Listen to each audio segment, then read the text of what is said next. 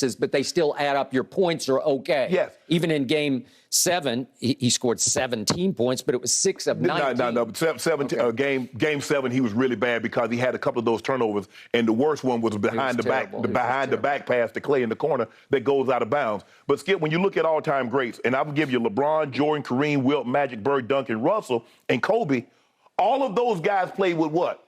Another top 75 player. Steph Curry has never played with a top 75 player. Well, he did play one. He played with KD. But if you look at, and he only had him for 2 years, all these other guys played multiple years with top 75 players. And the fact that he got back to the NBA Finals without a top 75 player. And the top 75 players that played with him have yet to come close to getting back. We don't do this. Larry Bird in 1981, in the finals against the Houston Rockets, he had 2 games in which he scored 8 points. Cedric Cornbread Maxwell was Finals MVP. You're talking about his first NBA Finals in 1981. We don't hold that against Larry. And when Jordan won the Finals, I think it was 96, I think against Seattle, he had games, I think Game 4, he was 6 of 19. In Game 6, he was 5 of 19. We don't hold shooting against him like we do Steph. Skip, at the end of the, when you look. But they won, right? They won the Finals. So that's the outcome is the difference. He won in 2015. He averaged 26, 5, and 6. I've never seen a guy average 26, 5, and 6. The guy wins Finals MVP, averaging 15, 6, and 7.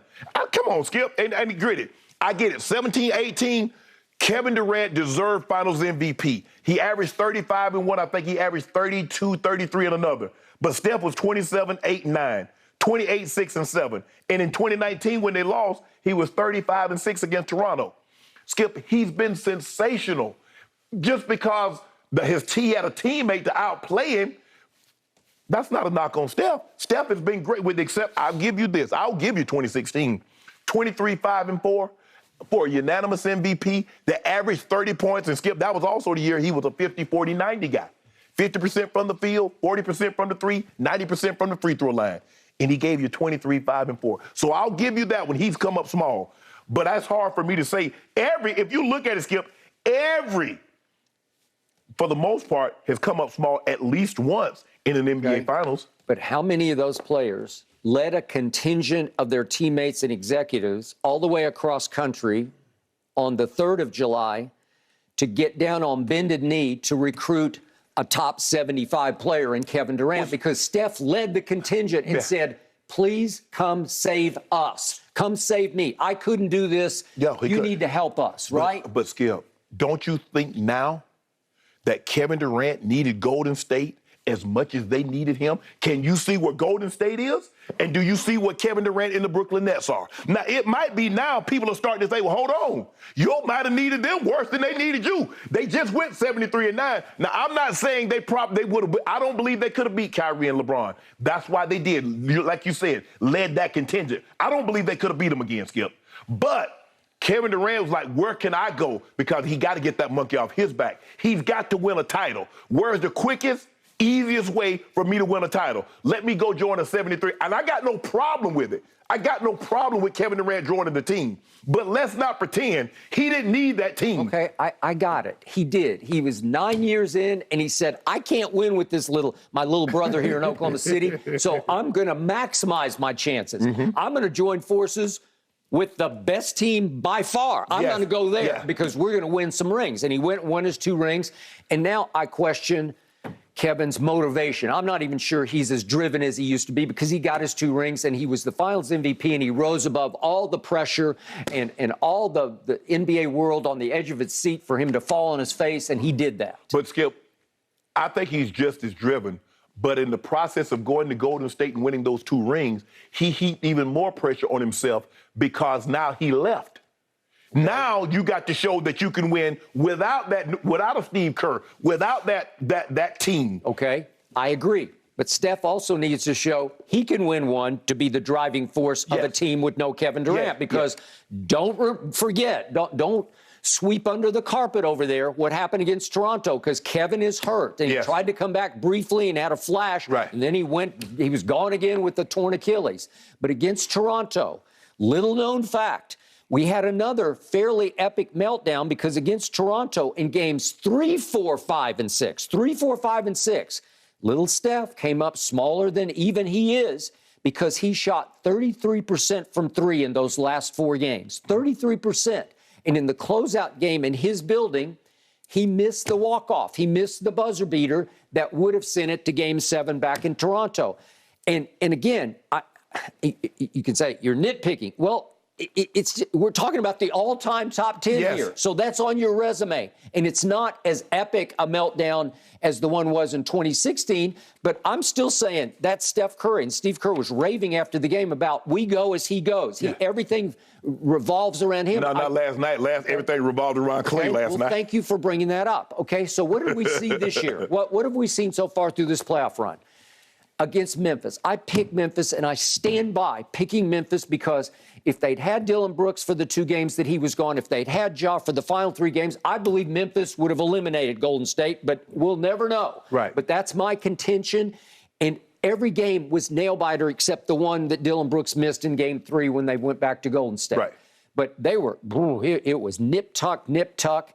And the point was, when we got to the closeout game back in Golden State after they had trailed by 55 at Memphis in Game 5, but in the closeout game, I'm looking at, wait a second, what happened to Steph in that Game 6? Well, what do you call him? Game 6 Clay, rose and shone, right?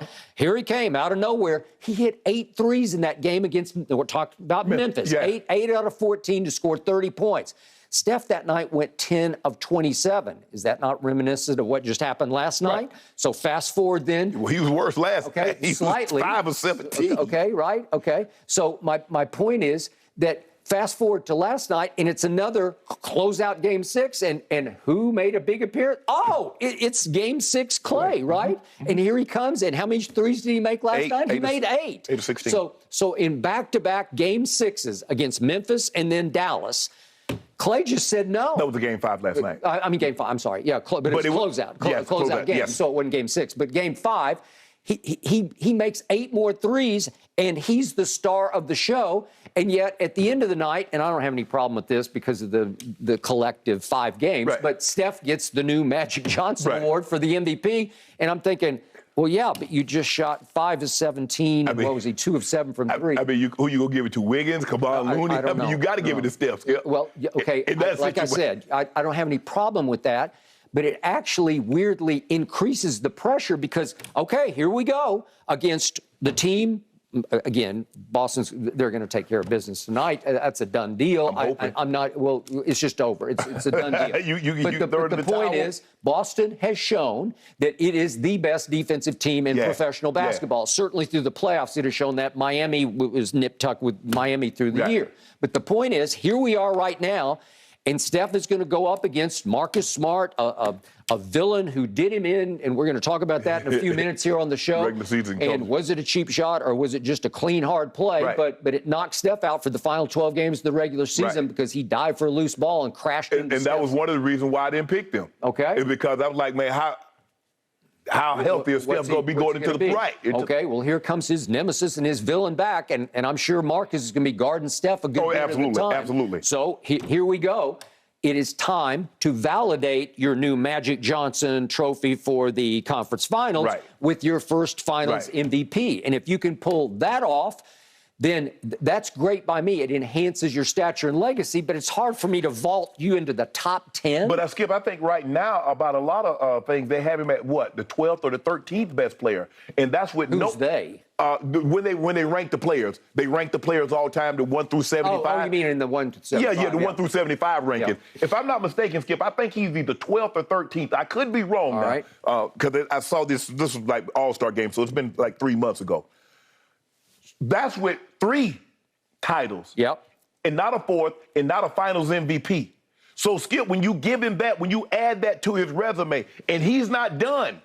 He's not done. They could theoretically be back. Kuminga. Okay, I don't disagree with that. So, Skip, for me, when I look at what he's been able to do and what he's continuing to do, Skip, the numbers are going to say he's going to be a top 10 player. Now, I don't believe he passed, some people say, well, he's going to pass Magic if he gets a fourth title. Now, he's not passing Magic with a fourth title because just like he revolutionized the game with the three, Magic revolutionized the game with the big guard. Because everybody started wanting to get a big guard, Skip, that can see over everything, pass the ball, can still score and rebound. Yep. So Magic Johnson in himself changed the game a lot.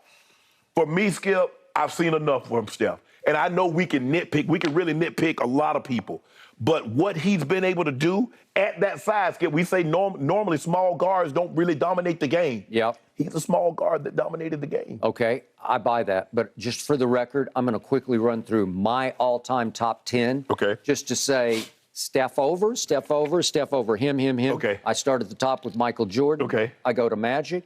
I go to Shaq, Kareem, Tim Duncan, Mr. Russell, as in Bill Russell, Kobe Bryant, the late great, your man Larry Bird, your man Shannon, LeBron James. I got him at 9, and I got the overpoweringly great Wilt Chamberlain at 10.